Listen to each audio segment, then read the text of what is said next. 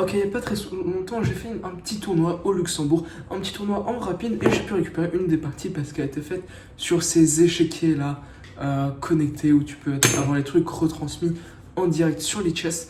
Et donc, je me suis dit que ce serait intéressant de vous la partager. Alors salut, vous êtes toujours devant votre écran et moi dedans. Et aujourd'hui, petite vidéo un peu comme ça, on va justement parler de cette partie. Donc cette partie, j'ai joué avec les blancs, donc on est au Luxembourg, et le Luxembourg, machin. Donc je commence avec D4, parce que je me dis petit gambit dame, ça peut être pas mal. Et je savais pas trop à quoi m'attendre, il faut savoir que l'adversaire c'est un demi-lélo, donc c'est pas rien. Mais à la fois je me dis, vas-y je peux le faire, tu vois. Je peux le battre parce qu'en plus il est un peu vieux, il doit avoir 35-40 ans. Donc je me dis, ce genre de gens-là, très souvent j'ai d'assez bons résultats contre eux. Donc je commence, il envoie D5, C4, C6, et on rentre dans une semi-slave. Donc il m'envoie E6, ce qui fait la semi-slave, et à ce moment-là, déjà, petit moment d'hésitation, je sais pas trop vers quoi je veux me tourner. Je sais pas si j'ai envie de jouer B6, enfin B3 pour m'assurer qu'il puisse jamais réellement prendre et jouer B5. Si j'ai envie de jouer E3, si j'ai d'abord envie de sortir mon fou. Et du coup, je marque peut-être 30 secondes, 1 minute là-dessus. Il faut savoir que la cadence, c'est du, je crois, 12 plus 3. Donc c'est pas méga lent, mais c'est pas méga rapide. Donc c'est un peu coup-ci, coup-ça. Donc je joue fou, G5 plutôt. Je me dis sortons le fou, puis je joue mon P3. Puis ensuite on va jouer E3, sortir le fou sûrement là, faire petit rock. Ce sera cool. Il me balance fou B4 et je me dis on va échanger. Du coup on échange on échange fou contre cavalier. Et à ce moment-là je me dis ma structure elle est pas ouf, mais vas-y ça va, tu vois. Et genre je peux directement exploiter déjà la colonne B. Je peux j'ai peut-être pas assez de développement, c'est vrai, mais en vrai ça devrait aller, ça devrait passer. Et il me joue petit roc. Et à ce moment-là j'hésite parce que je me dis est-ce que je prends là ou pas. Mais j'ai peur d'une chose, c'est que sur prise, à l'avenir il arrive à ramener une tour en C8 et pouvoir taper sur un pion arriéré. Donc un pion qui ne pourra pas vraiment avancer. Et du coup j'ai peur d'être enfermé à devoir continuellement défendre ce pion. Et du coup je me dis aussi peut-être dans cette structure s'il prend là, c'est pas ouf parce que du coup on a un je sais pas, tu vois, on a un 4 contre 3 mais ma structure elle est un peu moins bien, même si de l'autre côté on a un 4 contre 3 aussi, mais je sais pas, tu vois, parce que lui il a l'air quand même assez solide avec ses structures, alors que celles-là elles sont déjà dessinées, je sais pas trop, tu vois. Et du coup je me dis plutôt jouons E3. À ce moment-là il joue cavalier BD7 et je me dis que son cavalier il a une seule case, c'est venir ici. Et à partir du moment où il sera en B6, il pourra tenter de s'activer, peut-être tenter de jouer quelque chose, mais qu'en attendant son cavalier est nul. Et j'oublie totalement, je sais pas pourquoi ça me sort complètement de la tête que ce cavalier il est là uniquement pour défendre ce cavalier, pour offrir à la dame la capacité de se casser. Et du coup je joue C5 en me disant que ça va enfermer le cavalier parce que du coup les seules cases du cavalier c'est celles-ci, elles sont nulles. Et si le cavalier repart par là, je veux dire, encore une fois il a nulle part où aller, donc c'est toujours pas ouf. Enfin il peut venir là, mais voilà quoi. Oups. Mais il revient là et du coup il a besoin de quand même 3-4 coups pour se réactiver. Et je me suis dit que ça valait pas le coup pour lui. Et je me dis, bon, allez, jouons C5. Et C5 il me joue instant tempo dame A5. Et à ce moment-là j'ai peur, tu vois, parce que je me dis il attaque là, cette dame devient active. Et je me sens un peu inconfortable, du coup je défends et en fait j'avais pas vu qu'il pouvait venir avec cavalier E4. Et à ce moment-là je me dis merde, tu vois, merde, je vais perdre un pion. Et en fait je sais que mon seul moyen de défendre ce pion c'est de ramener la tour, mais du coup de sacrifier l'autre pion. Et je me dis qu'en fait le pion A peut-être moins de valeur dans cette position que le pion C, et que dans cette position le pion C, peut-être il pourra encore servir pour casser sa structure de pion en échangeant vers C4. Et je me dis défendons le pion C, et du coup il prend le pion A. Et à ce moment là je me dis un truc, je me dis bon ce cheval il est nul, parce que ce cheval est nul ce fou joue pas, parce que ce fou joue pas, cette tour joue pas, et parce que ce fou est là, les deux tours sont pas connectées. Et sa dame est pas mal hors jeu en vrai, elle est assez loin, et si je ramène tout vers son roi, ce qui est assez simple, parce que j'ai juste à ramener mon fou, putain, ramener mon fou, et avec mon cheval, mon autre fou, bon, c'est H4, H5, H6, en fait, j'ai de grandes chances de gagner, tu vois. Et je me dis, je peux lancer une grosse attaque maintenant, mais il faut le faire maintenant. Du coup, je joue fou D3. Et il me joue F5. Et je sais pas pourquoi. Genre, premier degré. Je vois la pause et je sais pas pourquoi il me joue F5. Faut se dire aussi, j'ai pas précisé, mais c'est la dernière game de la dernière ronde de la journée. Donc, on est tous un peu crevés. Et à ce moment-là, j'hésite. Faut se dire qu'à ce moment-là, je suis peut-être à 8 minutes. Il doit être à 9 minutes aussi. Et je me dis, qu'est-ce que je joue? Parce qu'en fait, je me suis dit, peut-être j'ai un plan où je ramène le fou en D6 et il est assez fort, mine de rien. Il attaque pas mal de cases noires. Mais en fait, si je viens là, tu vois, il prend et en fait, ce pion-là de 1 il tombe directement. Mais en plus, c'est pas ouf en fait, parce que je vais libérer pas mal sa position. Et il a juste 2 pions de plus et sa structure est trop dure pour que je puisse envoyer une attaque.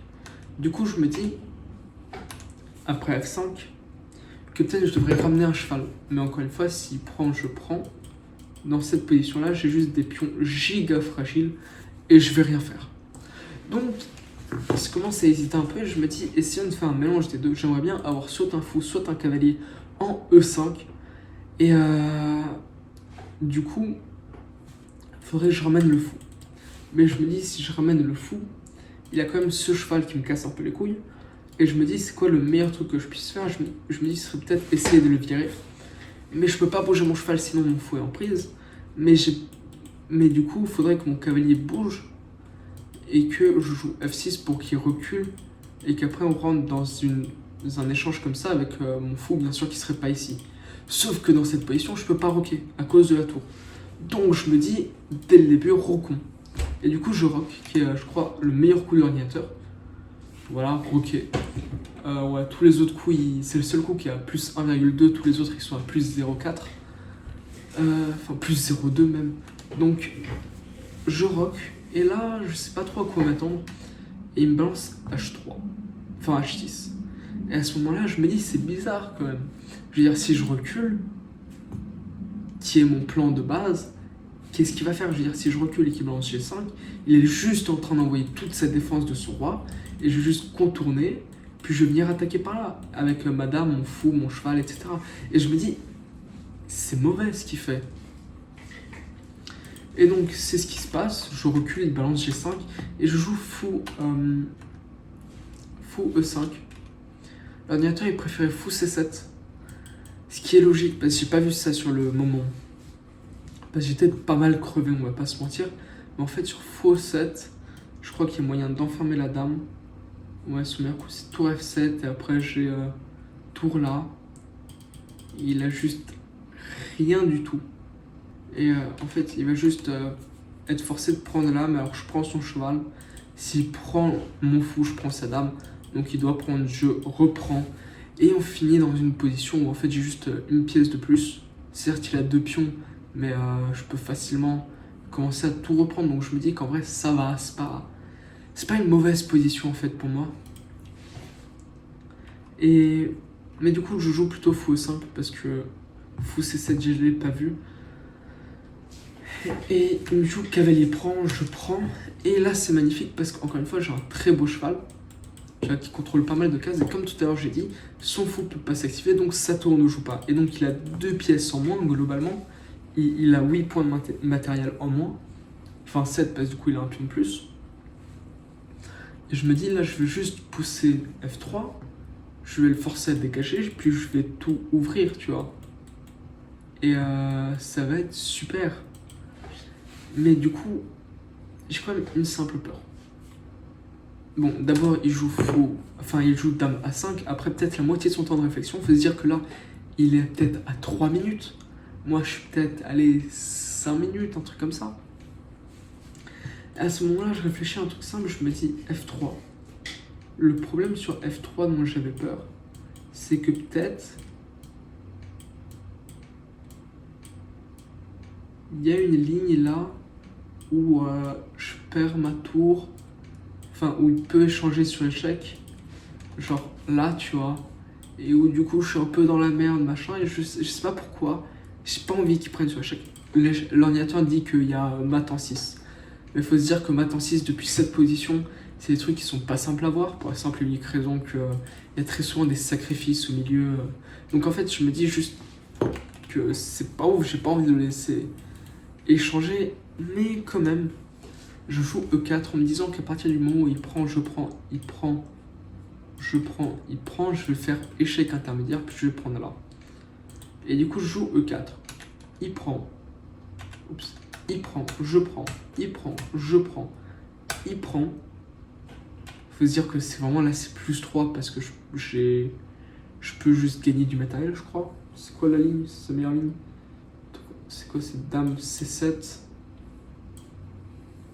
Tour F3, Dame G7, Tour CF1. Et ouais, ok, je vois vite fait que tu peux gagner du truc. Mais dans l'idée, à ce moment-là, bon, il prend, tu vois, et je me dis, je vais prendre intermédiaire, et Roi prend la fuite. À ce moment-là, encore une fois, il faut se dire que j'ai peut-être 4 minutes, entre 3 et 4 minutes à la pendule, il doit en avoir 2, un truc comme ça. Et j'ai ce débat avec moi-même, et où je me demande où est-ce qu'il est le mat. Et le premier coup que j'ai envie de jouer, c'est Tour F1, qui est le meilleur coup, qui est, je crois, le meilleur coup de l'ordinateur, Tour F1, Tour F1, et je me dis, si recule, je peux tenter de rentrer, ça, puis je prends là, puis machin, mais je sais pas, j'ai peur des échecs perpétuels, tu vois. J'ai peur qu'il y ait une forme d'échec perpétuel quelque part. Et du coup, je décide de prendre, laisser ma tour ici, à la protection de la dernière rangée. Et juste après, il me joue Dame à 3. Et ça, c'est un coup que j'ai pas compris, tu vois. Dans ce genre de position, encore une fois, son meilleur coup, c'est Dame C7. Mais je pense Dame D8 aussi, c'est bien, tu vois. Dans la mesure où c'est mat en 7. Mat en 7, j'aurais pas trouvé. Mais du coup, je me dis, il vient là. Et à partir de là, il défend. J'ai du mal à rentrer avec mes pièces. Et peut-être, je sais pas.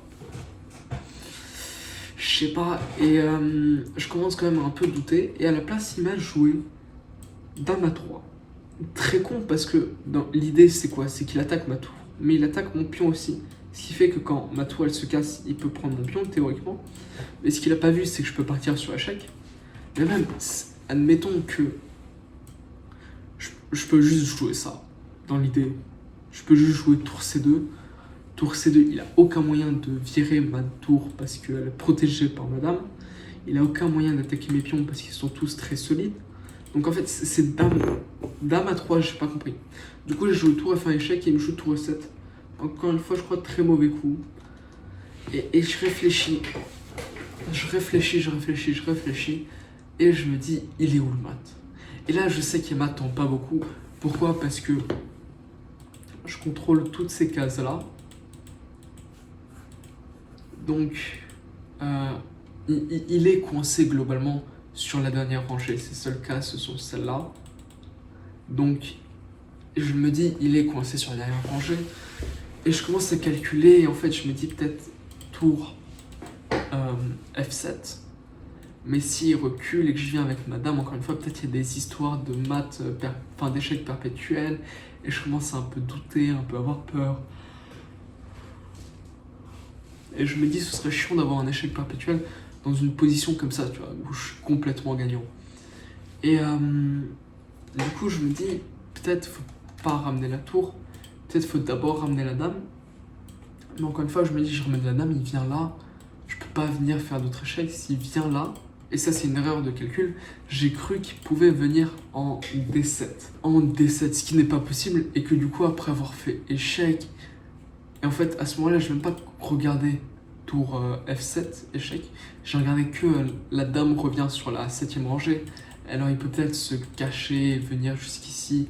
Et du coup, je commence à douter en mode non, c'est pas ça. Alors que si, c'est un mat aussi.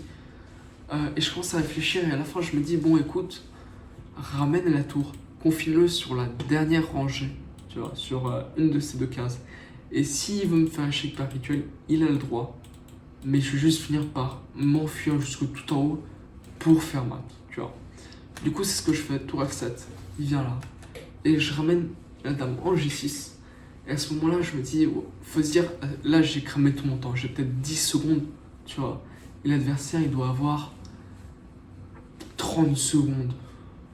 Peut-être, ouais, plus ou moins 30 secondes. Donc on est vraiment tous les deux dans la merde niveau temps. Et à ce moment-là, je me dis que peut-être ça c'est chaud. Et au moment où il le joue, mais au moment même où il me sort, dame c'est un instant, je réfléchis pas, je joue tour F1 échec.